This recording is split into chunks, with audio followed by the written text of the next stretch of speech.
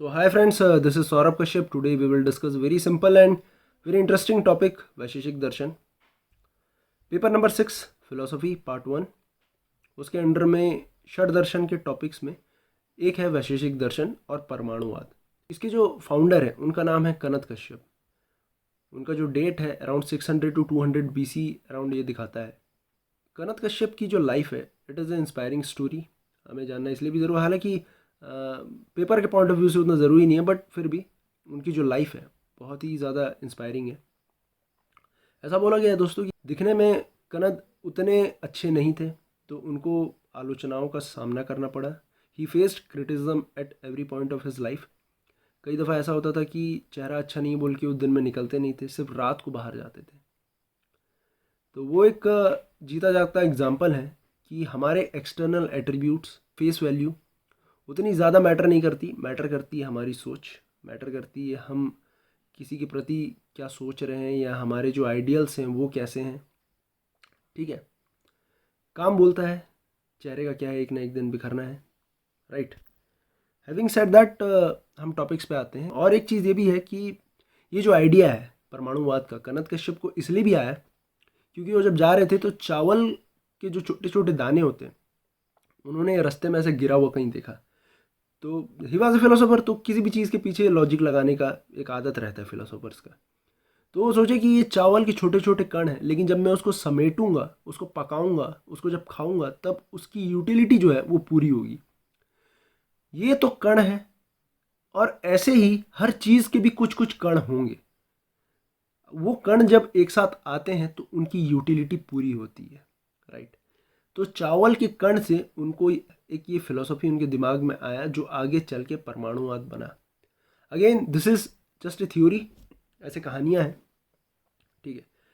तो छोटे शब्दों में अगर मैं कहूँ, वैशेषिक दर्शन मतलब विशेष की बात करता है, किसी विशेष चीज़ के बारे में बात करता है. किसी भी चीज़ को अगर हम स्पेसिफिकली देखें तो हर चीज़ यूनिक है, इसके बारे में वैशेषिक दर्शन बात करता है.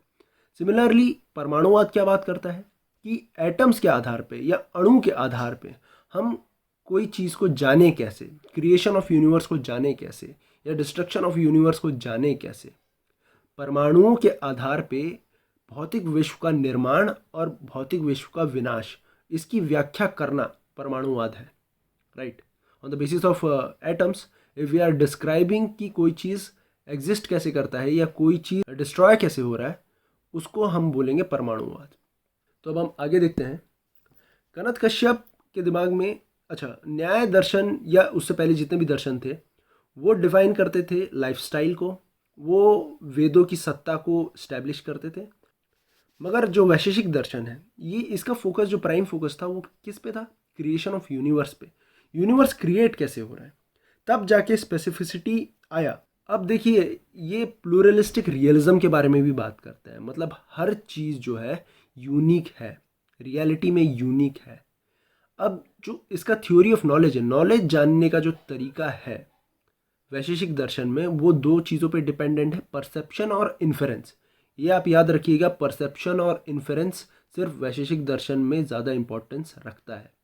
परसेप्शन यानी प्रत्यक्ष रूप से किसी चीज़ का प्रमाण, हम सेंसरी ऑर्गन से किसी चीज़ को जान रहे हैं. इन्फेरेंस का मतलब ये होता है कि लॉजिक लगाना या कैलकुलेट करना, या हिंदी में इसको बोला जाता है अनुमान लगाना. ठीक है. हैविंग सेड दैट, देखते हैं अब आगे वैशेषिक दर्शन है क्या. वैशेषिक दर्शन विशेष शब्द से आया है जो स्पेसिसिटी पे फोकस करता है. ये एक ऑर्थोडॉक्स दर्शन है. ऑर्थोडॉक्स, आस्तिक, ये वेदों की सत्ता को मानता है. ये ईश्वरवाद है. ईश्वरवाद इसलिए क्योंकि ये मानता है कि जो क्रिएशन है वो कहीं ना कहीं ईश्वर के द्वारा ही किया गया है. इसका तरीका क्या है? ये हर चीज़ को छोटे छोटे कण में डालता है, कण में डिवाइड करता है और वो एनालाइज करता है उन कणों को. ये बहुत ज़्यादा साइंटिफिक है. और एक शब्द इसमें बोला जाता है नेचुरलिस्टिक भी है. नेचुरलिस्टिक क्यों, नेचुरलिज्म क्यों? क्योंकि ये नेचर को एज इट इज़ मानता है, क्योंकि इसमें परसीव ये कर रहा है, जस्ट लाइक अदर दर्शन, न्याय दर्शन भी परसीव करता है, तो ये नेचुरलिज्म को मानता है. फिर ये पर्टिकुलर और जनरल, ये दोनों के बीच में एक समन्वय भी स्थापित करता है. कैसे? फॉर एग्जाम्पल कि एक क्राउड है. क्राउड जो है ये हम जनरल फॉर्म में बोल दे रहे हैं कि क्राउड है. क्राउड किसी का भी हो सकता है, मेल हो सकते हैं क्राउड में, पूरे फीमेल हो सकते हैं. वो क्राउड जो है वो कोई स्पेसिफिक जानवर का हो, ठीक है। ये क्राउड है, बट इस क्राउड में हर एक इंसान या हर एक इंडिविजुअल बीइंग वो दूसरे से अलग है, यूनिक है। इसीलिए इसको बोला गया कि ये जनरल और पर्टिकुलर ये दोनों के बीच में समन्वय स्टैब्लिश करता है, ठीक है। इसके हिसाब से कॉन्शियसनेस जो है वो एक्सीडेंटल है, और ये जो एक्सीडेंट है ये किसके द्वारा होता है?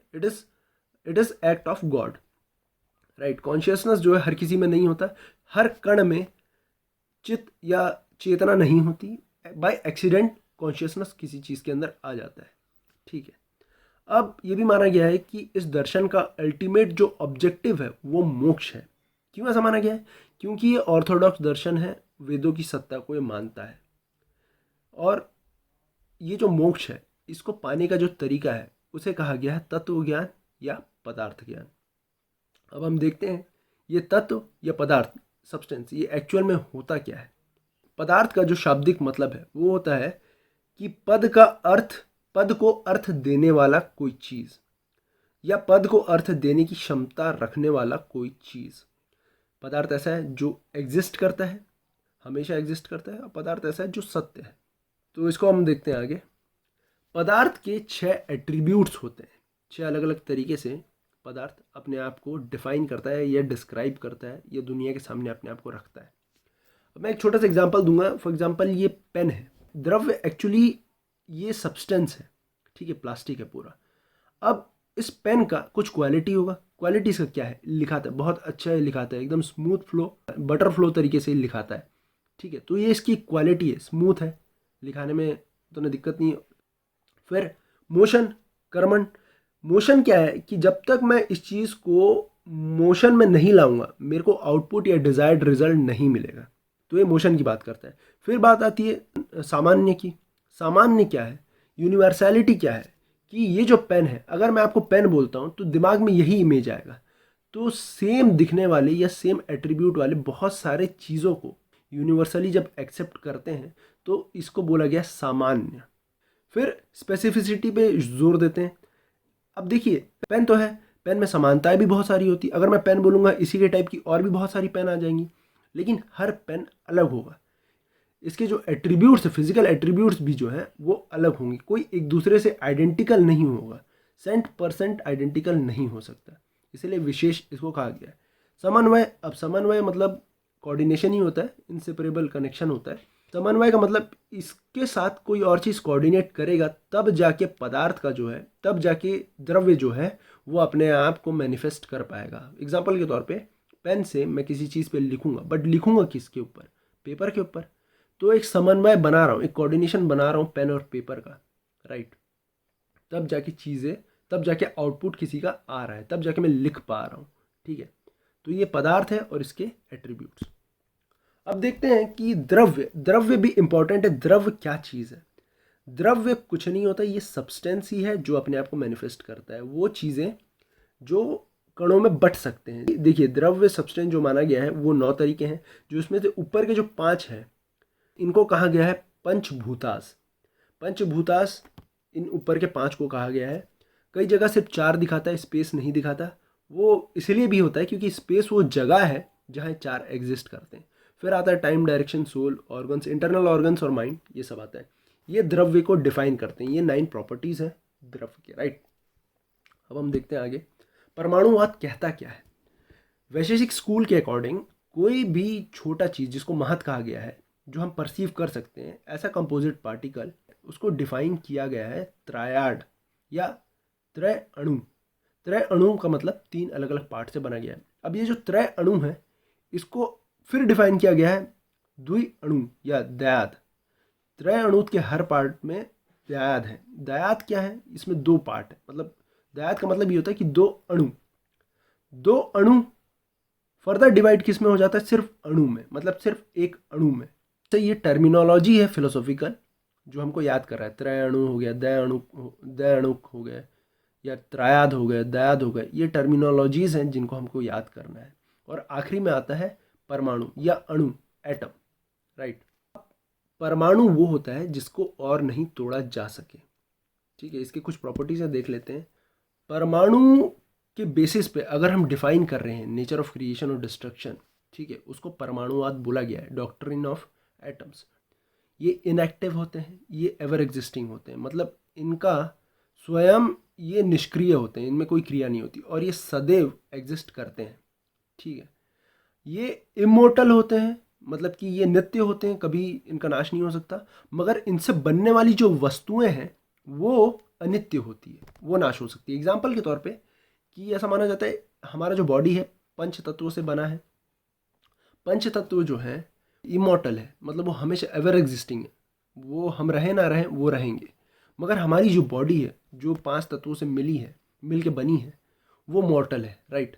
हम जीते हैं, जीने के बाद जाएंगे वापस ज़मीन में। जितने भी परमाणु हैं वो इमोर्टल है, मगर जब उसको कंबाइन करते हैं डिजायर्ड रिजल्ट के लिए वो मॉर्टल हो जाते हैं। अब अगेन वही प्लूरैलिटी हो डिस्टिंक्शंस के साथ, मैं आपको क्राउड का एग्जांपल दिया था। फिर हम देखते हैं कि रिलेवेंस क्या है वैशेषिक दर्शन का। देखिए, ये सबसे पहली बात तो ये बताता है कि जो साइंटिफिक टेम्पर था उस टाइम में इंडिया का काफ़ी एडवांस था, ठीक है। हमारे लिए गर्व की बात है क्योंकि कनद जो थे वो ना सिर्फ फिलोसोफर थे, वो एक साइंटिस्ट भी थे। उन्होंने उस टाइम में ये पता लगा लिया था कि कोई भी चीज़ बहता है, बहाव जो है हमेशा हाई पोटेंशियल से लो पोटेंशियल में रहता है, या जो शेप जो है वो एक स्फीयर के शेप में ही, स्फेरिकल शेप में ही एटम एग्जिस्ट करेगा। उन्होंने ये तक देखा था कि जो फ्रीली फॉलिंग बॉडीज़ जो होती हैं उनमें एक अलग टाइप का फोर्स है। तो ये सब चीज़ उस टाइम में वो सोच ली, हालांकि उतना अच्छे तरीके से नहीं सोच पाए थे या इम्प्लाई नहीं कर पाए थे, बट उनके दिमाग में इमेजिनेशन अच्छा था और ये समझ पाए थे कि हाँ ऐसा भी चीज़ कहीं ना कहीं एग्जिस्ट करता है। जितने भी एटॉमिक थ्योरी जो आज डेवलप हुई है, क्वार्क्स हो गए, फिर हिग्स बोसोन थ्योरी हो गया, ये आप देखिए कहीं ना कहीं हम इस फिलोसफी में भी वो ट्रेस देख सकते हैं। ये एटम पे बहुत ज़्यादा फोकस किया था, राइट। सेकेंड चीज़ क्या है, स्पिरिचुअलिटी को कनेक्ट करता है एटॉमिक थ्योरी के साथ। देखिए, हम एक तो मान रहे हैं कि कण ही बेसिस है, और हम अगर किसी चीज़ को जानना है तो कण को जान लो आप, ओवरऑल पूरे सिस्टम के बारे में आप जान लोगे, ऐसा हम मानते हैं। मगर हम ये भी मानते हैं कि उस कण के अंदर कॉन्शियसनेस अगर कहीं आ रहा है तो ईश्वर के द्वारा आ रहा है। तो हम एटॉमिक थ्योरी को कनेक्ट किसके साथ कर रहे हैं, स्पिरिचुअलिटी के साथ। और ये भी चीज़ है कि जो आस्तिक है और नास्तिक, ये दोनों के बीच में समन्वय बनाने की कोशिश करता है, क्योंकि ये ईश्वर को मानता है और साथ में ये लॉजिकल रीजनिंग भी देता है। जो एटर्नल ट्रूथ है उसको जानने के पीछे लॉजिकल रीजनिंग भी देता है। इसके कुछ क्रिटिसिज्म भी हैं।